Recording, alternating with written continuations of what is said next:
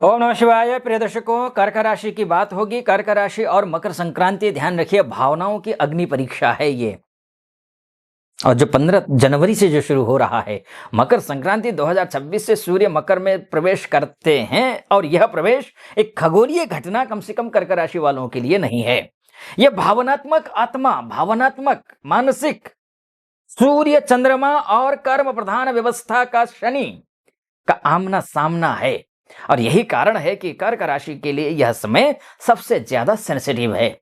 15 जनवरी के बाद का समय सबसे ट्रांसफॉर्मेशनल और सबसे लाइफ चेंजिंग माना जाता है ये समय आपके लिए, क्योंकि कर्क राशि का स्वामी चंद्रमा, चंद्रमा अर्थात इमोशनल, चंद्रमा अर्थात माइंड, मेमोरी, मदर, सिक्योरिटी, और शनि की राशि में सूर्य प्रवेश करेंगे तो क्या होगा? रियलिटी, रिस्पॉन्सिबिलिटी, डिटैचमेंट, कर्म, ये सब कुछ, ये टकराव है। फीलिंग वर्सेस फैक्ट का ये टकराव है। अटैचमेंट वर्सेस ड्यूटी का ये टकराव है। कंफर्ट वर्सेस डिसिप्लिन का। कर्क राशि की मूल प्रकृति, कोर नेचर की अगर मैं बात करूं तो कर्क राशि वाले जो व्यक्ति जातक होते हैं वो भावनात्मक रूप से बहुत गहरे होते हैं। बाहर से मजबूत, अंदर से बहुत कोमल, परिवार और अपनों के लिए सब कुछ करने वाले, लेकिन हर्ट जल्दी होते हैं। बहुत जल्दी बोल देते हैं मेरा दिल दुख रहा है, छोड़ना नहीं जानते। ये कर्क की सबसे बड़ी ताकत यही है कि करियर में अगर मैं बोलूं लॉयल्टी, करियर में लॉयल्टी, करियर केयर करते हैं, बहुत अच्छा लॉयल होते हैं।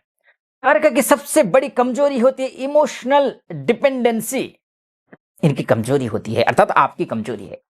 वो दूसरों को संभालता संभालता खुद को भूल जाता है कर्क। ध्यान रखिए, मकर संक्रांति 2026 कर्क राशि के लिए इमोशनल रियलिटी चेक का समय है ये। कर्क राशि के जीवन में मकर संक्रांति के बाद इमोशनल दबाव बढ़ने जा रहा है, ध्यान रखिएगा। फैमिली रिस्पॉन्सिबिलिटी अचानक बढ़ेगी। कोई ऐसा निर्णय लेना पड़ेगा आपको जो दिल नहीं दिमाग से लेना होगा। कर्क राशि, ध्यान रखिए आप, यह समय बाहरी संघर्ष का नहीं, यह समय अंदर की लड़ाई का है। कर्क शनि यहां कहता है अब भावनाओं से नहीं, जिम्मेदारी से चलो। शास्त्र प्रमाण है मन और भाव का नियंत्रण। भगवत गीता में कहा है उद्धरेदात्मनात्मानम, अर्थात मनुष्य को स्वयं ही अपने मन को ऊपर उठाना चाहिए, उसे गिरने नहीं देना चाहिए। कर्क राशि के लिए यह श्लोक जीवन मंत्र बन जाता है, ध्यान रखिएगा। करियर में हो या फिर वर्क लाइफ में हो, इमोशनल हो, स्ट्रक्चर की ओर आपका समय है ये समय कर्क राशि का। करियर में आमतौर पर आप हो तो लॉयल वर्कर हैं, आप लॉयल हैं निसंदेह, केयरिंग है, लीडर हैं आप, टीम को फैमिली की तरह देखने वाला। लेकिन समस्या आती है जब इमोशनल डिसीजन पर हावी हो जाता है, बाउंड्रीज क्लियर नहीं रहती आपकी। मकर संक्रांति 2026 के बाद रिस्पॉन्सिबिलिटी आपकी बढ़ेगी, अच्छी बात, जिम्मेदारियां बढ़ना, अथॉरिटी मिलेगी, पर वर्कलोड भी। Management, administration, health care, education में योग दिखाई दे रहे हैं। तो ये तो पॉजिटिव पक्ष हुआ। नेगेटिव क्या है? नेगेटिव ये है कि ओवर इमोशनल रिएक्ट नुकसान देगा आपको। वर्क प्लेस में पर्सनल अटैचमेंट भारी पड़ेगा। शनि का सीधा सा आदेश होता है पर्सनल प्रोफेशनल बनो पर्सनल लाइफ में, लेकिन प्रोफेशनल नहीं।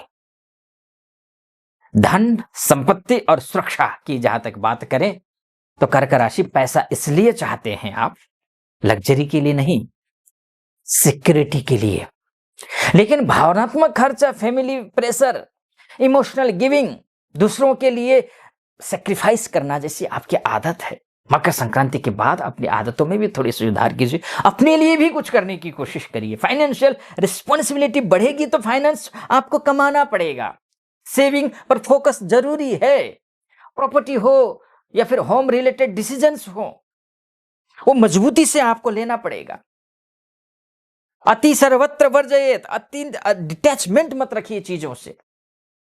वैसे आपका कर्क राशि है, आप अटैचमेंट बढ़ा देते हैं, चीजों पर अटैचमेंट होता है, मन से ज्यादा सोचते हैं, हर चीज की अति भी ठीक नहीं होती है, त्याग देना चाहिए।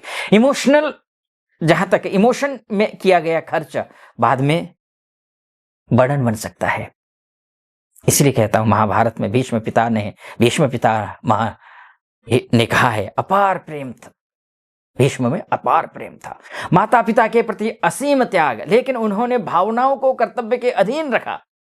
उन्होंने व्यक्तिगत सुख छोड़ा, विवाह छोड़ा, सत्ता छोड़ी, लेकिन धर्म और उत्तरदायित्व तो नहीं छोड़ा।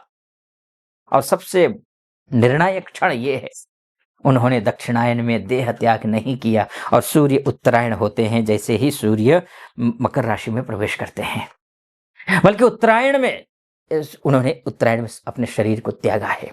मकर संक्रांति की बात, प्रतीक्षा की भावना पवित्र है, लेकिन दिशा कर्म देता है। जहां तक रिलेशनशिप और मैरिज की बात करो, इमोशनल मैच्योरिटी का समय है ये आपके लिए। डीपली अटैच्ड, प्रोटेक्टिव होना, प्रोसेसिव होना, पॉजिटिव रिलेशनशिप में मैच्योरिटी की मांग है ये समय, मकर संक्रांति के बाद के समय में। इमोशनल ब्लैकमेल नहीं चलने वाला है। मैं इतना करता हूं वाला जो भावुक नुकसान दे सकता है, भावुकता आपको नुकसान दे सकती है। इमोशनल स्टेबिलिटी स्ट्रॉन्ग बॉन्ड लेकर के आएगा, वहीं पर ओवर अटैचमेंट सफोकेशन लेकर के आएगा। सीख से प्रेम पकड़ने से नहीं, समझने के से टिकता है। ध्यान रखिएगा, माता पिता की जिम्मेदारी बढ़ेगी इस दौरान, मकर संक्रांति के बाद। यह भी ध्यान रखिए, माता पिता की जिम्मेदारी, परिवार की जिम्मेदारी बढ़ने जा रही। घर से जुड़े निर्णय लेने होंगे, इमोशनल बर्डन महसूस होगा। लेकिन यही शनि का टेस्ट भी तो है, जो इस समय शिकायत नहीं करेगा, जिम्मेदारी निभाएगा, वही आगे चलकर सबसे सिक्योर और रिस्पेक्टेड होगा। हेल्थ को लेकर के कोई चिंता नहीं है। मकर संक्रांति के बाद हेल्थ वाइज आप अच्छे हैं। थोड़ा बहुत चेस्ट में अगर पेन हो या फिर आप स्टमक समस्या हो, एंजाइटी की समस्या हो, स्लीप डिस्टरबेंस होता हो, तो ये थोड़ा बहुत शनि का प्रभाव पड़ेगा, लेकिन कोई ज्यादा चिंता की बात नहीं है। चिंता ठीक हो जाएगा। बिना कारण उदासी परेशान और निराश होने की जरूरत नहीं है। जहां तक मेंटल हेल्थ की बात है, ये भी आपकी ठीक दिखाई दे रही है। अकेलापन हो, कोई समझता नहीं, ऐसे भाव आते हो, तो ये मकर संक्रांति के बाद ठीक हो जाएंगे। अब सहारे कम होंगे, आप खुद में सहारा बनेंगे। अब आप समत्वम योग उच्यते, ऐसा शास्त्र कहता है, इसलिए समत्व का भाव रख करके चलिए। अब आपको मकर संक्रांति के बाद क्या कुछ करना है ये समझ लीजिए। इमोशनल बाउंड्रीज बनाइए, शुभ है ये आपके लिए। डायरी रूटीन फिक्स करिए, माता पिता की सेवा कीजिए, प्रैक्टिकल डिसीजंस लीजिए, सेल्फ केयर विदाउट गिल्ट, ये ध्यान रखना है। अब क्या नहीं करना है ये भी ध्यान रखिए। इमोशनल ओवरथिंक गिविंग बिल्कुल नहीं, गिल्ट ड्राइव डिसीजंस नहीं, दूसरों की रिस्पॉन्सिबिलिटी खुद पर लेना ठीक नहीं, mood based actions, self pity बिल्कुल नहीं। अब फाइनल निर्णायक निष्कर्ष मैं बोलूं उससे पहले एक बात बोलूंगा। आप अपनी कुंडली दिखाना चाहते हैं, नीचे नंबर है, उस पर कॉल करके अपॉइंटमेंट लेकर के मुझसे बात कर सकते हैं, अपनी कुंडली दिखा सकते हैं। और चैनल को सटीक लग रहा हो तो चैनल को सब्सक्राइब, लाइक और कमेंट में हर हर महादेव लिख दीजिएगा। निष्कर्ष ये है कि ये जो समय है कर्क राशि के लिए, मकर संक्रांति बाद का जो समय है, कोई दंड नहीं है। यह है भावनाओं की शुद्धि, रिश्तों की परख, जिम्मेदारी का दीक्षा काल और इनर स्ट्रेंथ का जन्म है। ये जो कर्क इस समय भावनाओं को दिशा देगा, वही आने वाले वर्षों में सबसे स्थिर, सुरक्षित और सम्मानित जीवन पाएगा।